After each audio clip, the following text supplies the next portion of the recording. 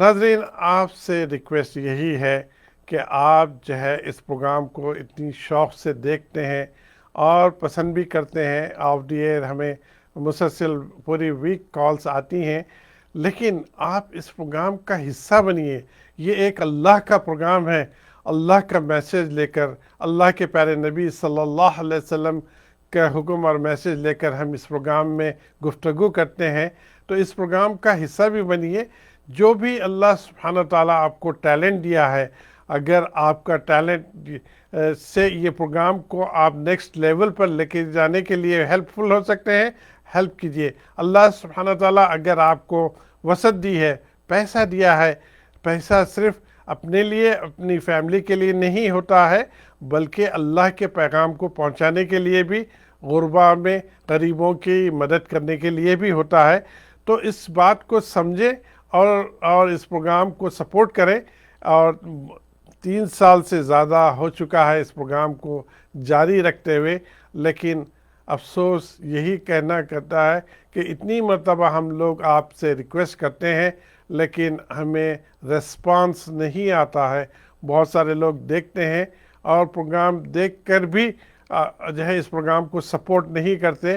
دیکھیں، اللہ سبحانہ و تعالیٰ پیسہ دیکھ کے بھی ٹیسٹ کرتا ہے، آزمائش کرتا ہے. اللہ سبحانہ و تعالیٰ پیسہ لے کر بھی آزمائش کرتا ہے. ہر چیز کی آزمائش میرے ساتھ بھی ہے، آپ سب کے ساتھ ہے. اگر اللہ سبحانہ و تعالیٰ آپ کو پیسہ دیا ہے تو ایسی جگہ انویسٹ کریں، ایسے پروگرام میں، ایسے جہاں نیکسٹ آپ کی آخرت میں اللہ سبحانہ و تعالیٰ یقیناً اس کا اجر دیں گے، اسی دنیا میں دیں گے. ہماری دعائیں ہیں. آپ اپنے مرحومین کے لیے بھی ایصال ثواب کے لیے اس پروگرام کو سپورٹ کر سکتے ہیں.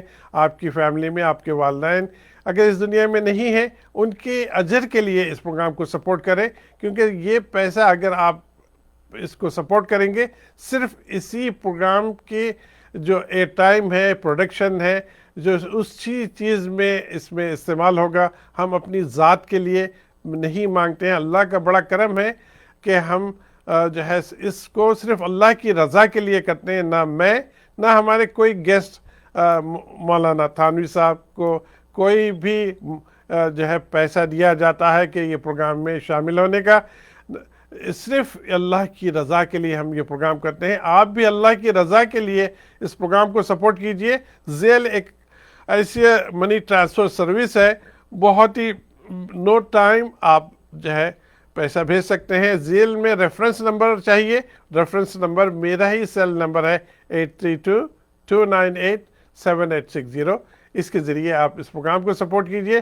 اللہ سے دعا ہے کہ یا اللہ جو بھی اس پروگرام کو سپورٹ کرتے ہیں، یا مورلی سپورٹ کرتے ہیں یا فائنینشلی سپورٹ کرتے ہیں، اللہ تعالیٰ اس کو اس کا اجر اس دنیا میں بھی عطا کرے اور نیکسٹ دنیا میں بھی اس کا اجر عطا فرمائے. آمین. اب بات کرتے ہیں ٹاپک پر، جو اہم ٹاپک ہے آج کی، جو کہ ہماری معصوم لڑکیاں، ہماری بچیاں، ہماری بہنیں ہم یہاں پیدا ہوئی ہیں یا چھوٹی عمر میں یہاں آ چکی ہیں. اب یہ بڑی ہو کر اسکول جا کر، مڈل اسکول، ہائی اسکول اور کالج اور یونیورسٹی جا کر وہ اقدامات کر رہی ہیں جو اسلام اور اللہ سبحانہ تعالیٰ کے حکم کے خلاف ہے، اللہ کے پیارے نبی صلی اللہ علیہ وسلم کے حکم اور سنت کے خلاف ہے. اس کو ہم سب کو سمجھنا ہے. یہ ایک ایسی چیز ہے، ایک قوم کی بچیاں جو ہے غیر قوم کے پاس جا رہی ہے، ان کی جنریشن خراب ہو جائے گی، ساری جنریشن ان کی جو ہے مرتد ہو جائے گی. کیونکہ یہ معاملہ ایسا ہوتا ہے، دین جو اسلام اور جو ہے جو ایمان ہے وہ اس سے فارغ ہو سکتی ہے، اور جو ہے پھر اگر وہ فارغ نہیں ہوگی تو نکاح ہی نہیں ہوگا. جب اللہ کا حکم آ چکا ہے قرآن مجید میں اور نکاح ہی نہیں ہوگا تو جو بھی عمل میاں بیوی کرتے ہیں وہ عمل زنا کے اس زمرے میں آئے گا، اور جو ہے ہر دن وہ زنا کریں گے. اور جو ہے وہ زنا کی جو وعید آئی ہے دنیا میں بھی اور آخرت میں بھی کتنی پکڑ ہے، اس کو سمجھنا ہے. اور دوسری چیز، اگر کوئی لڑکی یہ کہتی ہے کہ اس کو سمجھانے کے باوجود اگر وہ کہتی ہے کہ ٹھیک ہے آپ کے مولوی صاحب، آپ کے اسکالر، آپ کا قرآن آپ لوگ سمجھا رہے ہیں، صحیح ہے، آپ کو مبارک ہو آپ کی باتیں، لیکن پھر بھی میں جو ہے اس بندے سے میں محبت کرتی ہوں، پیار کرتی ہوں، میں اس کے ساتھ شادی کرنا چاہتی ہوں، تو اس وقت اللہ کے حکم کا انکاری جب ہو جائے گا تو آپ خود سمجھدار ہے، کیا وہ ایمان اس کے پاس باقی رہے گا یا نہیں رہے گا؟ ایمان باقی نہیں رہے گا تو اس کی اولاد جو ہوگی وہ بھی جو ہے ضائع ہو جائے گی، وہ بھی مرتد ہو جائے گی۔ بہت اہم مسئلہ ہے۔ اس سے قرآن مجید کی جو ٹرانسلیشن اور مولانا صاحب کی گفتگو سے جو ہم نے سیکھا ہے اس سے ہم یہ باتیں کر رہے ہیں۔ الحمدللہ کہتی ہیں کہ میں اس سے پیار کرتی ہوں۔ پیار بہت پاکیزہ چیز ہے۔ پیار ہمیں کس سے کرنا چاہیے، ہمیں سمجھنا ہے۔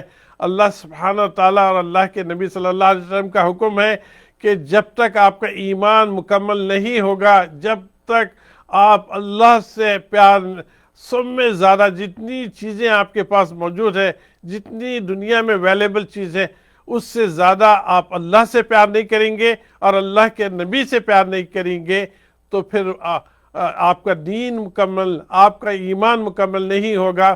تو آپ اللہ کے پیار کو چھوڑ کر ایک بندے کے ساتھ پیار کا ڈھونگ رچا کر آپ اپنی ایمان کو کھو بیٹھنے کی جو ہے آپ حرکت کر رہے ہیں۔ اس سے ہمیں بچنا ہے، ہمارے بچیوں کو بچانا ہے۔ اس سے ہمیں کیا چیز کی ضرورت ہوگی؟ آئیے مولانا امتیاز الرحمن تھانوی صاحب موجود ہے۔ سوال آپ سے مولانا صاحب یہی ہے کہ یہ جو اقدامات ہماری بچیاں کر رہی ہیں، اور یہ بڑھ چکا ہے، بہت بڑھ چکا ہے، یہ جو کر رہی ہیں، اس کے ذمہ دار کون ہے اور اس کے لیے ہمیں کیا کرنی چاہیے کہ جو معصوم بچیاں ابھی 2 سال 3 سال کی ہے وہ آگے بڑے ہو کر وہ اس سے بچ سکے؟ جزاکم اللہ مقصود صاحب، آپ نے بڑی اچھی گفتگو فرمائی۔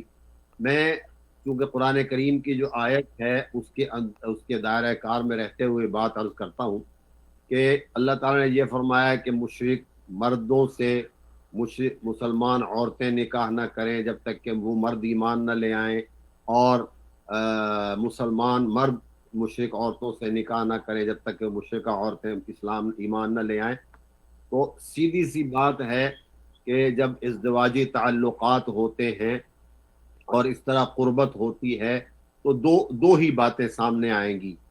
ایک بات تو یہ ہے کہ اس رشتے کی وجہ سے جو امکان ہے وہ یہ کہ خدا نہ خواستہ ایسا نہ ہو کہ وہ جو بچی مسلمان تھی یا وہ جو لڑکا مسلمان تھا، اس قربت کی وجہ سے کہیں اس کے دل سے ایمان و اسلام ہی خارج نہ ہو جائے۔ ایک بات تو یہ ہے، اور دوسری بات یہ ہے کہ کم از کم چلو یہ نہ ہو تو خدا نہ خواستہ کفر کی اور شرک کی نفرت اس کے دل سے جاتی رہے اور وہ کفر و شرک کو اچھا سمجھنے لگے۔ یہ دو بڑی چیزیں ہیں۔ ازدواجی تعلقات میں ایسا ہوتا ہے، جب محبت ہوتی ہے، جو بھی ہوتا ہے۔ تو قرآن کریم کا جو آخری جملہ ہے، 2 جملے آخری ہیں، اب میں ان کی طرف آتا ہوں۔ اللہ تعالیٰ فرما رہے ہیں کہ یہ جو قربت ہوگی، اب اس میں 2 چیزیں میں نے سامنے رکھ دی، 2 پوائنٹ آپ کے سامنے رکھ دیے جی کہ یا تو اس بات کا امکان ہے کہ وہ اسلام کو چھوڑ کر دائرہ کفر میں ہی چلا جائے یا چلی جائے، یا امکان اس بات کا ہے دوسرا کہ اگرچہ اسلام اور دین میں رہے لیکن کفر اور شرک کی نفرت ختم ہو جائے۔ ظاہر ہے کہ جب ازدواجی تعلقات ہوں گے، ان دونوں کو سامنے رکھتے ہوئے اللہ تعالیٰ یہ فرما رہے ہیں کہ اولئک یدعو الی النار۔ یہ بڑی یعنی بڑا اہم جملہ ہے جس کی طرف شاید ہم نے نظر اب جائے گی کہ اللہ تعالیٰ فرما رہے ہیں یہ مشرک مرد جو مسلمان عورت سے نکاح کر رہا ہے یا مسلمان عورت اس سے نکاح کر رہی ہے، یا یہ کہ یہ مشرکہ عورت مسلمان کے نکاح میں آ رہی ہے، یا تو فرمایا اولئک یدعو الی النار، یہ مشرک مرد اور یہ مشرکہ عورتیں تمہیں جہنم کی طرف بلا رہی ہیں۔ جی یعنی اس نکاح کا جو لازمی نتیجہ ہوگا وہ کیا ہوگا کہ اولئک، یا میں نہیں کہہ رہا، اللہ تعالیٰ جل شانہ فرما رہے ہیں کہ ان کی اس دعوت میں بظاہر تمہیں شاید کتنے اچھے لگتے ہوں، جو کچھ بھی ہو، لیکن اولئک یدعو الی النار۔ اب یہ بات ہے کہ جو اگر کوئی مسلمان عورت یا کوئی مسلمان مرد مشرک مرد یا مشرکہ عورت سے نکاح کرتا ہے تو اس کا لازمی نتیجہ یہی ہوگا جو قرآن بتا رہا ہے کہ اولئک یدعو الی النار، یہ جہنم کی طرف تمہیں دعوت دے رہے ہیں، اور اس بات کا قطعی امکان موجود ہے کہ جب تم اللہ کے حکم کو پامال کرو گے کہ اللہ منع کر رہے ہو تم نکاح کر رہے ہو، تو اس کا نتیجہ یہ ہوگا کہ تم دین اسلام سے فارغ ہو جاؤ گے۔ خدا نخواستہ اس بات کا قوی امکان ہے، کیونکہ اللہ نے پہلے اس بات کا ذکر کیا۔ دوسری اہم بات یہ ہے کہ چونکہ مخصوص صاحب بچے بچیوں کو دین کی تعلیم دی ہے، ہم نے دنیاوی تعلیم کے لیے تو بہت سے انتظامات کیے ہیں، لیکن دینی تعلیم نہ ماں سمجھاتی ہے باپ بیٹی کو، نہ باپ سمجھاتا ہے بیٹے کو، بیٹے بیٹیاں محروم ہیں دینی تعلیم سے۔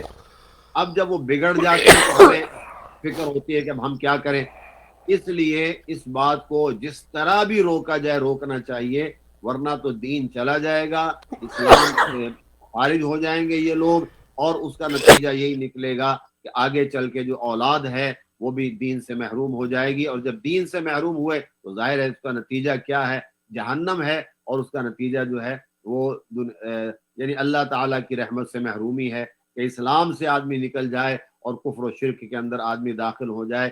یہ جملہ جو آپ نے ذکر کیا ہے کہ اگر کوئی لڑکی یا لڑکا یہ کہتا ہے کہ میں اس سے محبت کرتا ہوں یا میں اس سے محبت کرتی ہوں، مجھے قرآن کا حکم معلوم ہے، مجھے حدیث کا حکم معلوم ہے، لیکن اس کے باوجود میں اس سے نکاح کرنا چاہتا یا چاہتی ہوں، اگر یہ جملہ کوئی کہتا ہے تو قوی امکان اس بات کا ہے کہ دین اسلام بہت نازک مذہب ہے، اس کے دین اسلام سے خارج ہونے کا قوی امکان موجود ہے، کیونکہ یہ ایسے ہے جیسے وہ کہہ دے میں اللہ کے حکم کو نہیں مانتا، میں نہیں مانتا اس حکم کو کہ مشرک مرد سے نکاح، مانتی کہ مشرک مرد سے نکاح جائز ہے، یا لڑکا کہہ دے کہ میں نہیں مانتا اس بات کو کہ مشرکہ عورت سے نکاح جائز ہے۔ تو اگر یہ اس طرح کا ذہن بنا کر کوئی آدمی نکاح کرے گا تو دائرہ اسلام سے خارج ہو جائے گا، اور جب دائرہ اسلام سے خارج ہوگا تو ظاہر ہے کہ یہ ارتداد ہے۔ اس لیے شریعت کے اس حکم کی پابندی لازمی ہے کہ ہم اپنے دین پر عمل کریں۔ اور میں ایک بات اور عرض کرتا چلوں کہ جو اہل کتاب ہیں جو ان میں دیکھیے کہ باوجود اس کے کہ ان سے نکاح کی اجازت دی گئی تھی، لیکن سیدنا عمر فاروق رضی اللہ تعالیٰ عنہ اور دیگر حضرات نے اور خود رسول اللہ صلی اللہ علیہ وسلم نے اس بات کو ناپسند فرمایا کہ غیر مسلم عورتوں سے نکاح کرو، مسلمانوں سے نکاح ہونا چاہیے، مسلمان۔ اور یہ جو لفظ ہیں ان کو بھی غور سے دیکھیے۔ صاحب ریکویسٹ آئی ہے بریک کی، گفتگو جاری رہے گی انشاءاللہ بریک کے بعد۔ اچھا کالر ہے آپ کے پاس، ٹھیک ہے جی۔ السلام علیکم، السلام علیکم رحمۃ اللہ وبرکاتہ۔ جی السلام علیکم مقصود صاحب اور امتیاز الرحمان تھانوی صاحب۔ جی وعلیکم السلام ورحمۃ اللہ وبرکاتہ۔ جی آج آپ نے بڑا اچھا ٹاپک جو ہے سلیکٹ کیا ہے، اور اس میں میرا ایک میجر سوال تو نہیں، ضمنی سوال یہ ہے کہ کہا یہ جاتا ہے کہ اہل کتاب سے جو ہے وہ شادی جائز ہے، تو اس پہ تھوڑا سا عوام کو تھوڑا سا انلائٹن کریں۔ جی مولانا صاحب، اہل کتاب سے جس کے پاس اہل کتاب آپ ہم سب جانتے ہیں کس کو کہتے ہیں، یہودی اور عیسائی لوگ، تو ان سے لڑکا جو ہے شادی کر سکتا ہے، اس کی اجازت ہے؟ تو یا اس میں کیا بات ہے جو اسکالرس جو کہتے ہیں آج کے دور پر جو چیزیں دیکھ کر کیا اس کے لیے بتائی گئی ہے؟ جی دیکھیے بات یہ ہے کہ جب ہم کسی اہل کتاب سے شادی کرتے ہیں تو گو کہ شرعاً قرآن کریم میں اس کی اجازت ہے، لیکن وہاں بھی یہی بات محل نظر ہے اور وہاں بھی یہی بات سامنے آ رہی ہے، کیونکہ یہ آج کی بات نہیں ہے۔ دور صحابہ میں سیدنا عمر فاروق رضی اللہ تعالیٰ عنہ کے زمانے میں آپ کو یہ خبریں پہنچی کہ شام اور عراق کے جو علاقے ہیں جہاں مسلمانوں نے شادیاں کی ہیں، ایسے واقعات ہوئے، اور آپ نے یہ دیکھا کہ جو نکاح کرنے والے لوگ ہیں یا مرد و عورت ہیں، ان میں غلبہ اس بات کا ہوتا جا رہا ہے کہ وہ بھی ان کے مذہب سے ابھی حضرت عمر رضی اللہ تعالیٰ عنہ کے زمانے کی بات ہے